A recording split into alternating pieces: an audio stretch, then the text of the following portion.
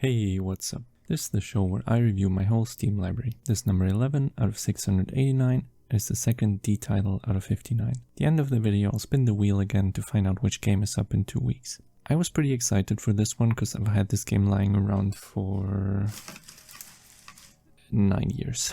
I bought it at some sale and never really got around to playing it. I've since finished the game in around 10 hours and I wasn't disappointed. Welcome to this week's review, Dishonored.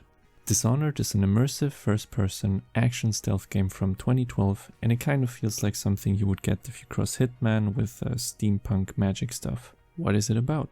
Set in the plague-ridden city of Dunwall, we assume the role of Corvo, the last bodyguard of the Empress of the Isles. Framed for her murder and the abduction of her daughter Emily, Corvo is falsely imprisoned by the Empress's royal spy master and we are dishonored. 6 months later, Corvo escapes prison with the help of the Loyalists, a group who seek to eliminate those involved in the assassination of the Empress and restore Emily to the throne.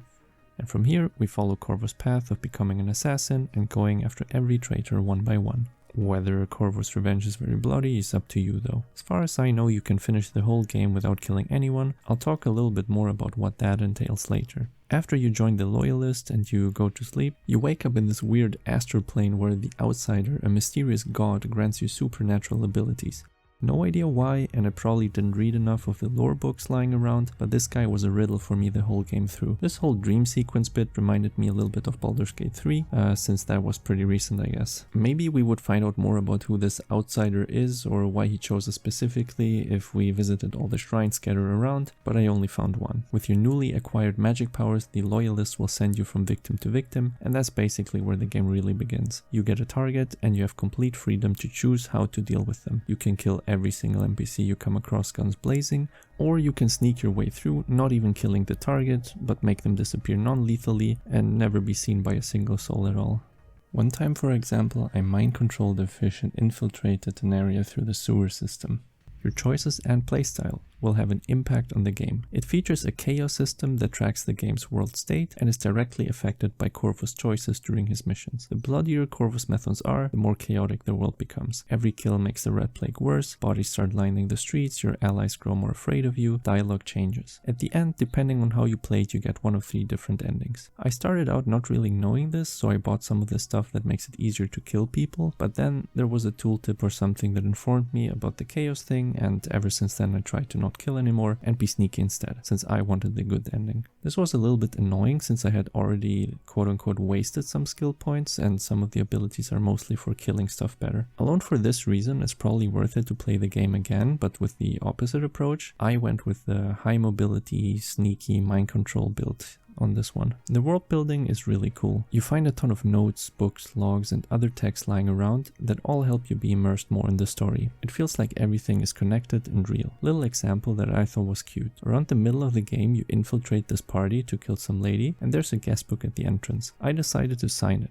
Corvo Etano. Next mission, when you go to kill the quote-unquote big bad, you find a letter on his table informing him that someone signed with Corvo's name, probably as a prank. This shows that he was probably getting a little bit paranoid and gives a better glimpse into his character. It's cool that they thought of small stuff like this, because a lot of players probably never even saw this specific interaction to begin with, but things like this help make the world feel more alive. Another cute thing is that the 2 most intelligent characters in the game, the royal pharmacist and Piero, our upgrade inventor guy, both hate and compete with each other to find a cure for the rat plague. They each invent an elixir in their own way. One character's potion is the health potion and the other one the mana potion, with an in-universe reason for existing. Additional cool point related to that, the red elixir is one of the main reasons the members of the City Watch remain loyal to the Lord Regent throughout Dishonored. Their loyalty guarantees a daily ration of the restorative, which is in short supply. This goes to show that if you really want to immerse yourself in this world, there's plenty opportunity to do so, because they all made it fit together nicely. The gameplay itself felt really good. Running and teleporting around was very smooth. Using the powers felt really cool too. You are this godlike, overpowered ghost zipping from place to place, making people disappear. I probably just didn't find it, but I wish there was an upgrade for having more sleeping darts, but maybe that would also make it too easy. I don't know. If there's an upgrade for normal darts, there's probably also one for sleeping darts though. Other than that, I found most upgrades and consumables to be kinda useless in a pacifist run, so I never really interact with them too much. One of the few things that annoyed me at the beginning was that the useful abilities are all not very accessible on the keyboard, so I had to rebind them. For example, teleport was on 7 and my X-ray vision thing on 8, so at the beginning I fumbled in switching between those all the time, until I bound those abilities to my mouse buttons. I bound the abilities I got down the line to better spots as well. As for the graphics, I think they still hold up to this day.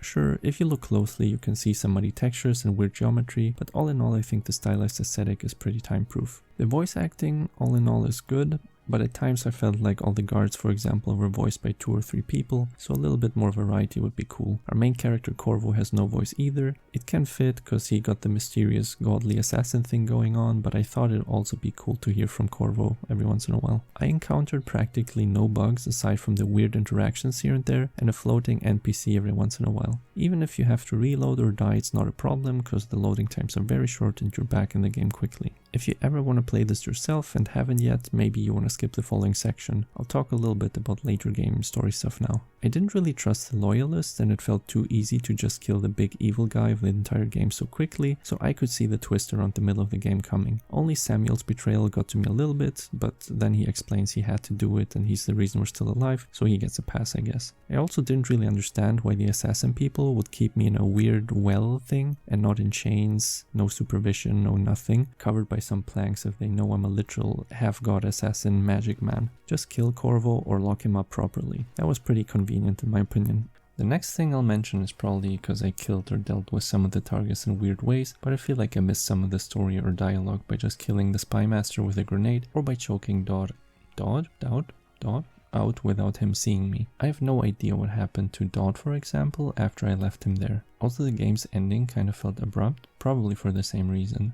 I didn't let Haverlock see me and just choked him out from behind, opened the door and boop, game finished. Felt pretty anticlimactic all in all. Also, we still have no idea who the outsider god dude is. What did I like about the game?